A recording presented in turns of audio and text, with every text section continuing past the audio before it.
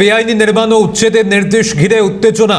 উত্তর কলকাতার পাইকপাড়া উমাকান্ত সেন লেনে উত্তেজনা ছড়িয়েছে। ঘর হারানোর আশঙ্কায় 27টি পরিবার। জমির মালিক উমেশ গোয়েঙ্কার অভিযোগ, বিল্ডিংটা বেআইনি। মঙ্গলবার আদালতের নির্দেশ কার্যকর করতে ঘটনাস্থলে পৌঁছায় পুলিশ। প্রমোটার শেখ সোহেল পলাতক।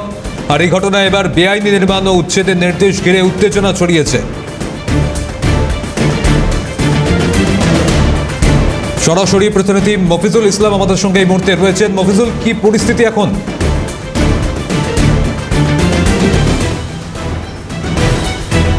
দেখো, পরিস্থিতি হচ্ছে তৃণমূল সরকারের আমলে জোর করে জমি দখল করে নিয়ে একজন প্রমোটার তিনি বহুতল নির্মাণ করেছিলেন। সেই বহুতল নির্মাণ করার পর তারপর সেই যে ফ্ল্যাটগুলো ছিল সেগুলো তিনি বিক্রি করেছেন। তারপরে জমির যিনি মালিক, আসল মালিক উমেশ গোয়েঙ্কা, তিনি আদালতে মামলা করেছিলেন এবং আদালত থেকে মামলা করার পর তার জমি তিনি ফিরে পাওয়ার যে রায় সেটা কিন্তু আদালত থেকে তিনি পেয়েছেন। তারপরই আদালতের নির্দেশ অনুযায়ী সেই নির্মিত বহুতল সেটা খালি করে দেওয়ার নির্দেশ দিল পুলিশ গতকালকে। সেই ছবি আমরা দেখিয়েছিলাম। এই সেই বাড়ি যেটা উমাকান্ত সেন লেনের এই বাড়ি, যেটা আসল মালিক, জমির যিনি আসল মালিক, তার কাছ থেকে জোর করে দখল করে নিয়ে শেখ সোহেল নামে তৎকালীন অর্থাৎ যে তৃণমূল কংগ্রেসের একজন ঘনিষ্ঠ প্রমোটার এবং প্রাক্তন যিনি বিধায়ক তার ঘনিষ্ঠ একজন প্রমোটার, তিনি এই বহুতল নির্মাণ করে বিক্রি করেছিলেন।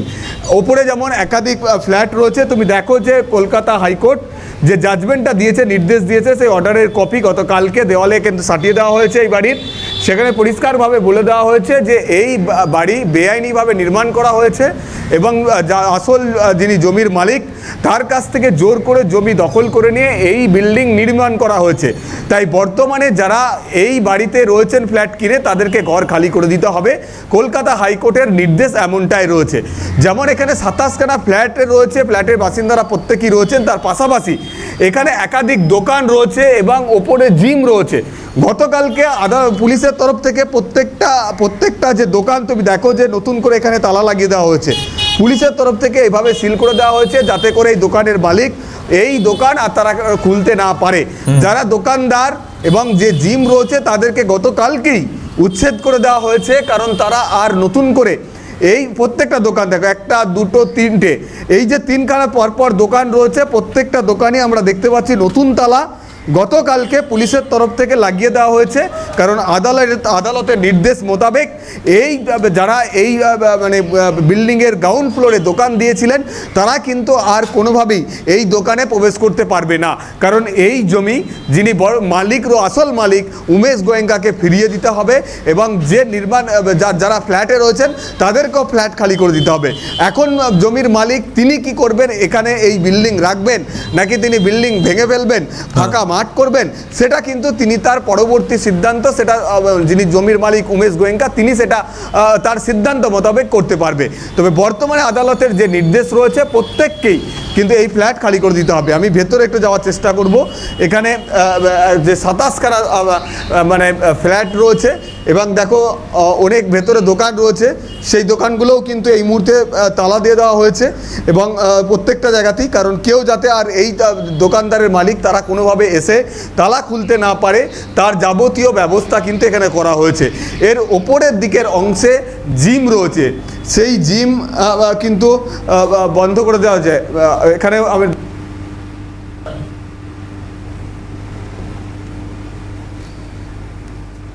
অনেকেই রয়েছে, একটু কথা বলি না, কি বলে গেছে আপনাদেরকে?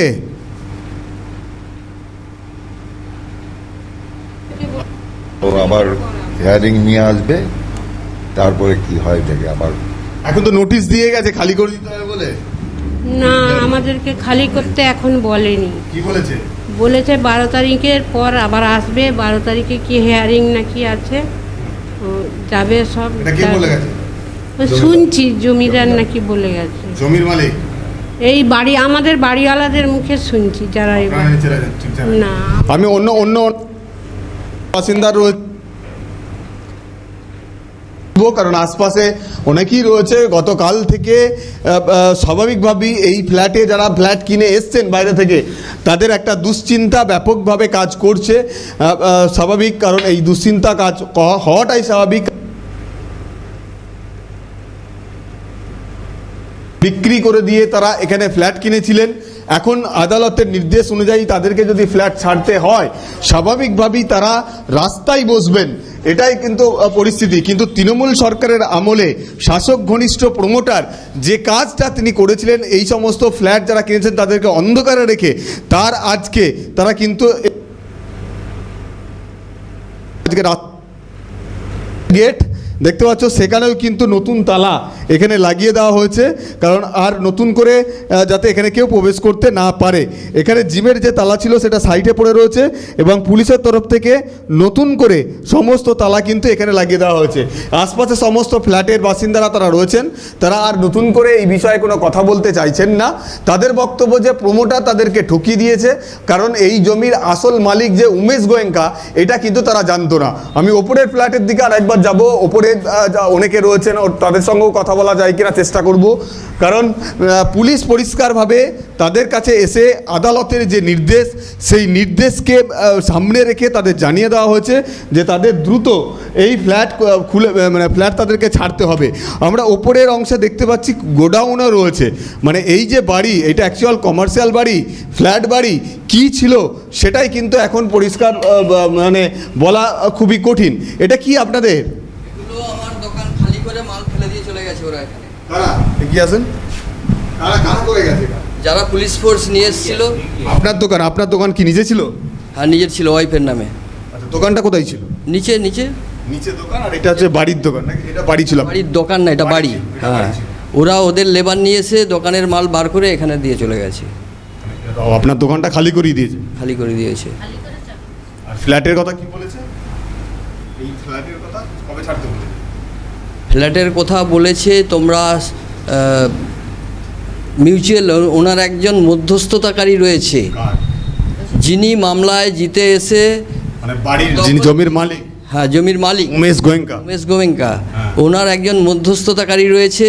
তিনি আমাদেরকে আশ্বাস দিয়েছেন, কথা বলেছেন যে তোমাদেরকে ওনার যা ডিমান্ড আছে তোমরা টাকা পয়সা রেডি করো, আর আমরা তোমাদের সাথে মিউচুয়াল করিয়ে ওনার সাথে একটা আন্ডারস্ট্যান্ড করে দেবো, এই ধরনের কথা আছে। মানে যিনি জমির মালিক উমেশ গোয়েঙ্কাকে আবার টাকা দিয়ে ফ্ল্যাট কিনতে হবে, আবার কিনতে হবে আমাদেরকে। আর উনি কোনো তালাতে সিল করেননি, শুধু তালা লাগিয়েছে। এর মানে কিছু বুঝলাম না। এটা সিল করবে তো, দোকান যখন বন্ধ করে দিচ্ছে সিল করে দেবে। উনি দখল নিয়েছেন, সিল করবে, সিলও করেননি উনি।